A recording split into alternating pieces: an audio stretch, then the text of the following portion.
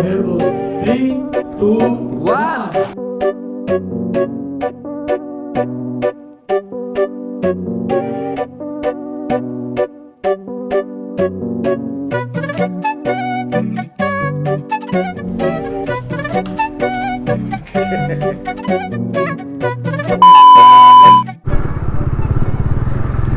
So hey guys, welcome back to my YouTube channel KMB Vlogs, and this is your Krishna.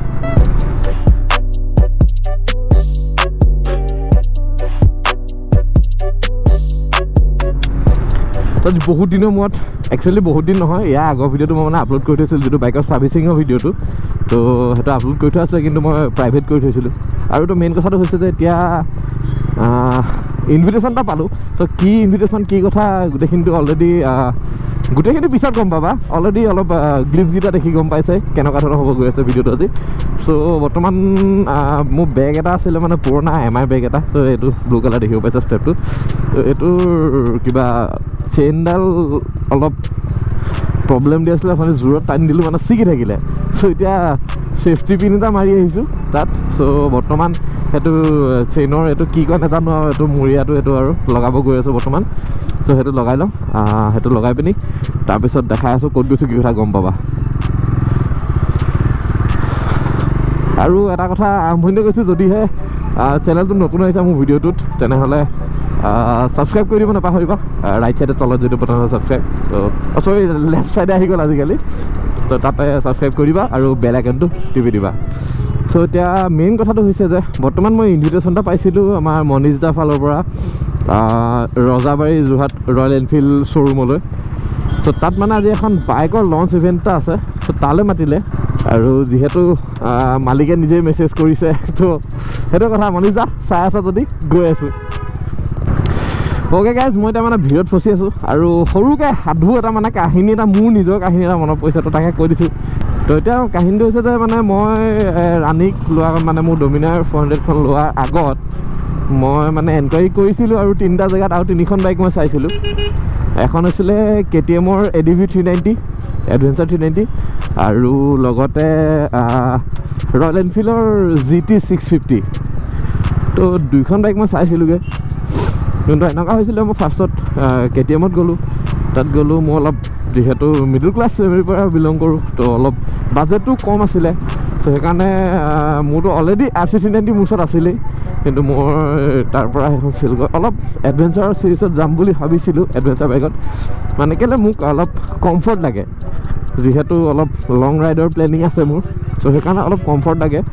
তো ADV ভাবিছিলোঁ, কিন্তু বাজেটটো অলপ কম হোৱাৰ কাৰণে ADV 390 নাচাই মই ADV 250 চাইছিলোঁ।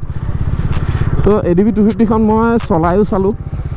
বাইকখন ন' ডাউট 250cc এখন বহুত ধুনীয়া বাইক KTMৰ ফালৰ পৰা, কাৰণ ব্ৰেকেই চাবানে, তাত কোৱালিটিয়ে চাবানে, ফিট এণ্ড ফিনিছ মানে এভৰিথিং। তো চালোঁ, কিন্তু চলাই মই সেইটো যিটো কিক আছে বাইকখন, এইখন বাইকত এতিয়া এনেকৈ দিলে এই যিটো এই পুলটো মই নাপালোঁ তাত। তেতিয়া কি মন গ'ল, জাষ্ট ডমিনাৰখন এটা টেষ্ট ৰাইড এটা লৈছিলোঁ। এনেও ভাল লাগে বাইকখন, চবৰে পচন্দ কি নাজানো, কিন্তু মোৰ পাৰ্চনেলি ভাল লাগে। চ' চলাই চালোঁ, এখনতো অভিয়াছলি ফিল্ডটো পাই গ'লোঁ, কাৰণ মোৰ অলৰেডি 390 আছিলে আগত, মোৰ ছেইম পাৱাৰ হ'লেও মোৰ আপত্তি নাছিলে। চ' তাৰ পৰা এনফিল্ড গ'লোঁ, ৰয়েল এনফিল্ড। তো মনীষ দাকো তেতিয়া লগ পাইছিলোঁ, তাতে কথা চথা পাতিলোঁ। তাত ক'লে যে ঠিক আছে, খালি এমাহ টাইম লাগিব। মনীষ দাৰ লগত পাতিলেওতো তেনেকুৱা হ'ল কথাটো, যে মানে যোগাৰ কৰি দিব তেওঁ অলপ সোনকালে, কিন্তু মোক ইমাৰ্জেঞ্চি মানে লাগিছিলে বাইক। ঠিক আছে, মানে মোৰ খুচিক চেল কৰা কেইদিনমান আগতে মই এনকুৱাৰী কৰিছিলোঁ, মোক লাগিছিলে। তো তেতিয়া লগালগ GT 650 কেঞ্চেল হ'ল। তাৰপৰা আকৌ KTM গ'লোঁ। KTMত ক'লে যে ADV মই 250টো ল'বলৈ কাৰণ মন নাছিলে, অলপ বাজেটটো বঢ়ালোঁ যে মই ADV 390 ল'ম। তো তেতিয়া ADV 390খনো চলাই চালোঁ, ভাল লাগিলে, ন' ডাউট বহুত ভাল বাইক, কিন্তু ADV 390ও এমাহৰ তলত ডেলিভাৰী দিব নোৱাৰিলে। চ' লাষ্টত ৰাণীক লৈ আহিলোঁ, আৰু যিহেতু মোৰ প্ৰেফাৰেঞ্চ হিচাপত আৰু বাজেটটো দামটোও বহুত কম, সেই হিচাপত পালোঁ। চ' কাহিনী কৈ বৰ্তমান পাই গৈছোঁ এতিয়া ৰয়েল এনফিল্ডৰ শ্ব'ৰুম। তো ইয়াত যাওঁ, তাৰ পৰা মনীষ দাক এটা কল কৰিম, আৰু মেনেজাৰজনক এটা কল কৰি ল'ম। চ' কল কৰি বাকী কেনেকুৱা কি ক'ত কথা হৈ আছে গোটেইখিনি তোমালোকক দেখাম। এইটোৱে ৰয়েল এনফিল্ডৰ শ্ব'ৰুম। এয়া মনীষ দা ৰৈ আছে। এটা ৰখাই দিলোঁ দিয়ক। মই দেই কৃষ্ণ অঁ আচ্ছা মনিজা বিজি আছে অলপ তো অ'কে এইটো হৈছে dealer entrance শ্ব'ৰুমৰ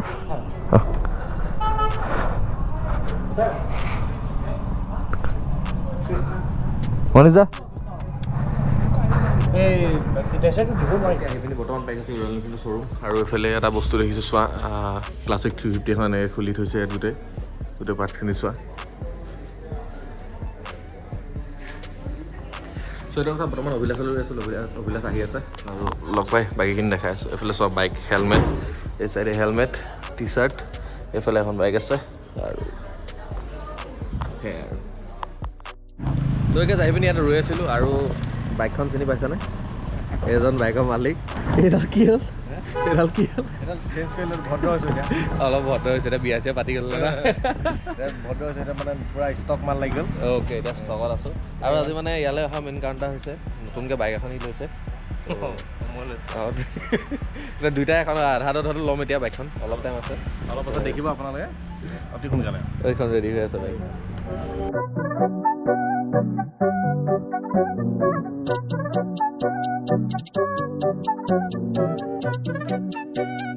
Depot on the beat.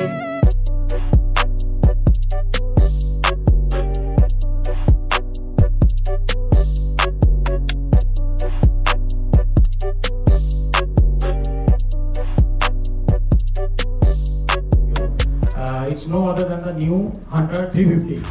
Okay, the Hunter 350, the earlier Hunter 350 has done 1 million of sales in just 2 years. Eto je ki features pura aru bahut add on hoise, but still the prices is almost like the earlier prices. 3, 2, 1.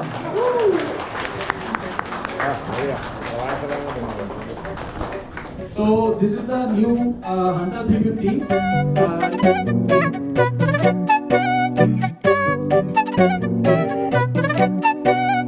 Depot on the beat.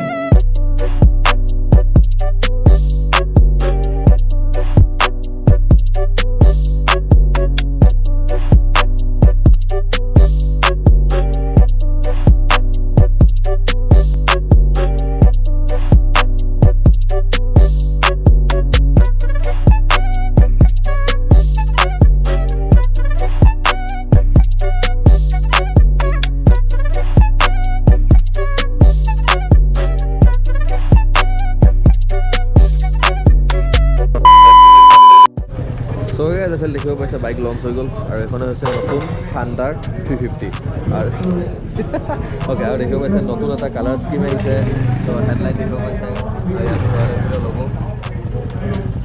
Headlight দেখিব পাইছা চাই আছে আৰু colour scheme দেখিব পাইছা আৰু ইয়াত কি হৈছে অলপ চলপ কৈ দিছোঁ তোমালোকক ইয়াত প্ৰথম কথা হৈছে যে ইয়াত মিটাৰটোত মানে চেঞ্জ হৈছে অলপ টাইম বাই টাইম নেভিগেশ্যন দিছে ইয়াত আৰু আহিছে নতুন headlight LED headlight plus ground clearance বাঢ়িছে এফালে এক্সষ্ট নোটটো অভিলাষা শুনাই আছে এবাৰ শুনাই দিয়া মই পিছলৈ ঘূৰি গৈছোঁ এবাৰ শুনাই দিয়া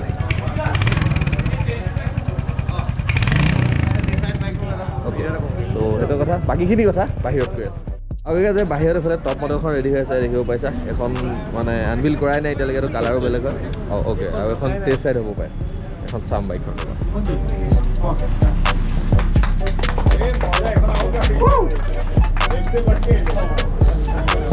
So it will our top variant. This comes in this color and 2 more colors are there, I guess. দেখিব পাইছা কেনেকুৱা এটা ধুনীয়া গ্ৰাফিক্স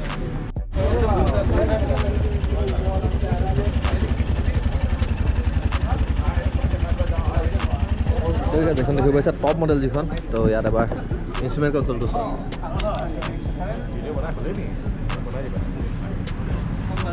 দেখিব পাইছা আৰু কপিক ভিউটো এনেকুৱা পাবা তোমালোকে তো এইখন হৈছে যিখন টপ মডেলখন আৰু কৈ আছিলোঁ ভিতৰত এইখনৰ অলপ ফিচাৰ্ছৰ বিষয়ে যিহেতু কৈ আছিলোঁ যে এইখনত তোমাৰ গ্ৰাউণ্ড ক্লিয়াৰেঞ্চটো বাঢ়ি আছে টাৰ্ণ বাই টাৰ্ণ নেভিগেশ্যন আহিছে আৰু ছিটটো কুচন বহুত ভাল কৰিলে আগতকৈ তো ছিটটো ইয়াত দেখিব পাইছা আগতকৈ ভাল কৰিলে আৰু পিছফালৰ ছাছপেনশ্যন টিউনিং কৰিলে আৰু অলপ ডিটেইলছ দি দিছোঁ বাইকখনত 20 bhp পাৱাৰ আছে আৰু প্লাছ 27 Nm টৰ্ক আছে আৰু দেখিব পালে নতুন হেডলাইট আছে আৰু নতুন কালাৰকেইটা দেখিবলৈ পাইছা কিমান ধুনীয়া কালাৰ আৰু ভাল লাগিছে য়েছ LED হেডলাইট তো এবাৰ চোৱা এনেকৈও কালাৰটো কিমান এটা ধুনীয়া কালাৰ আৰু গ্ৰাফিক্স এনফিল্ডত প্ৰথম এনেকুৱা গ্ৰাফিক্স দেখিছোঁ সেইটোৱে কথা আৰু ইয়াৰ যিটো বেছ মডেল হয় বেছ মডেলটোৰ প্ৰাইচ হৈছে 1,49,900 আৰু 3টা মডেল আছে ইয়াত গম পালে আৰু মেইন কথাটো হৈছে আৰু স্লিপ এণ্ড এচিছ ক্লাছ ইয়াত এড কৰিছে যিটো কাৰণে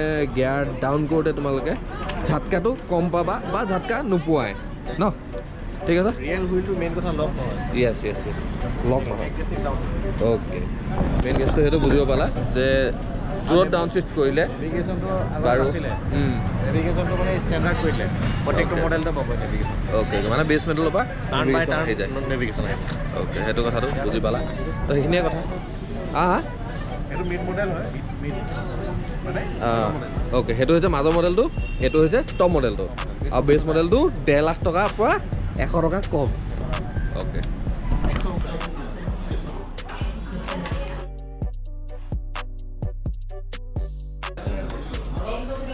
ঠিক আছে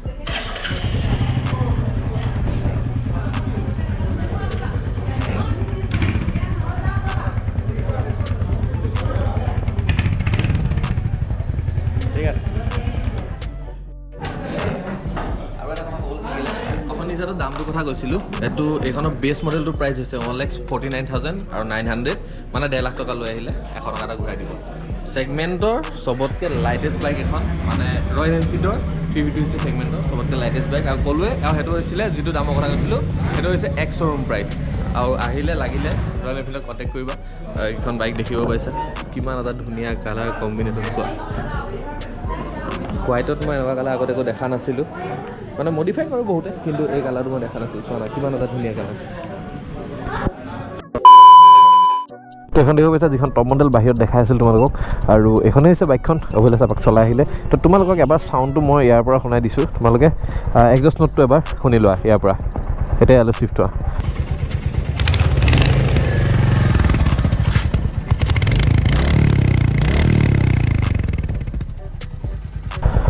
অ'কে তো তোমালোকে শুনিবলৈ পালা এক্সজষ্ট নোটটো এনেকুৱা আৰু অকণমান ভিতৰতে টেষ্ট চাইডটা লৈ চাওঁ কাৰণ বাহিৰলৈ এতিয়া আনিবলৈ অলপ দিগদাৰ হ'ব কৈছে আৰু ভিতৰতে অকণমান চলাই চাওঁ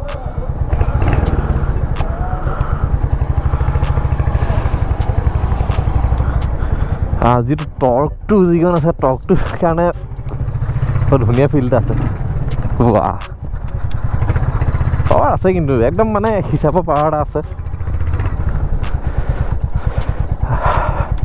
আৰু কিনো উঠিছে চাগে আন্ধাৰ তথাপিও যিমানখিনি পাওঁ দেখিব পাইছা আৰু মানে কি হ'ল টেষ্ট চাইড এতিয়া এনেকৈ ভিতৰতে ল'বলগীয়া হৈছে যথেষ্ট মানে স্মুথ কিন্তু সেইটো ক'ব লাগিব যে ৰয়েল এনফিল্ডে স্মুথনেছৰ ওপৰত যথেষ্ট কাম কৰিছে স্মুথনেছ আছে আৰু বাইকখন যিহেতু লাইট ৱেইট ন চলাই ভাল লাগিছে সেইকাৰণে আৰু তোমালোকে এইখিনিতে এবাৰ বাইকখন চাবা পোহৰত মই ৰখাই দিছোঁ বাহিৰতো এবাৰ টপ মডেলখন তোমালোকে চাই লোৱা এইখিনিতো এবাৰ সেইখনেই টপ মডেলখন যিখন আৰু ৰেড কালাৰত আছিলে অথনি কি কৈছিলে পাহৰিলোঁ কি ৰেড আছিলে তো ৰেড কালাৰ আছে এইখনেই বাইকখন আৰু লগত মোৰ ইয়াৰ ৰাণী তো এই দেখিবলৈ পালে এখন আছে টপ মডেল আৰু যদি তোমালোকে হাণ্টাৰ হওক বা ৰয়েল এনফিল্ডৰ যিকোনো বাইক ল'ব বিচাৰা ইয়াত আহিলেই হ'ব archer Singh royal Enfield Jorhat যিটো আমাৰ দ্বিতীয় অফিচৰ ওচৰত আছে ৰজাবাৰী এইখিনিতে আছে দ্বিতীয় অফিচ সেইফালে দেখি পাইছা আৰু ৰাতি অৱশ্যে অলপ দেখি পাইছা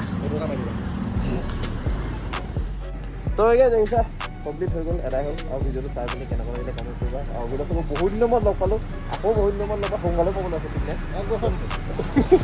আকৌ লগ পাইছোঁ তো আজি ভিডিঅ'টো ইমানে আছিলে যদি এতিয়ালৈকে তোমালোকে ভিডিঅ'টো চাই যদি অলপ হ'লেও ভাল পাইছা তেনেহ'লে লাইক কমেণ্ট আৰু শ্বেয়াৰ কৰিবা আৰু যদি নতুন আহিছা চেনেলটো ছাবস্ক্ৰাইব কৰি যাবা একদম নাপাহৰিবা তো আকৌ এটা নতুন ভিডিঅ' অতি সোনকালে লগ পাইছোঁ তেতিয়ালৈকে পিছ আউট জয় আই অসম সোনকালে বোলে আপোনাক খেতি কৰিব হা জিলা বন্ধ কৰিলে সোনকালে যাব খেদিছে মই পলা হৈ দিয়া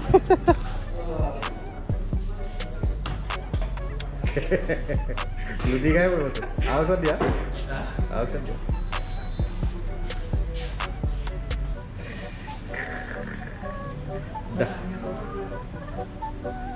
দাঙি লৈ ঢাকি লোৱা Depot on the beat.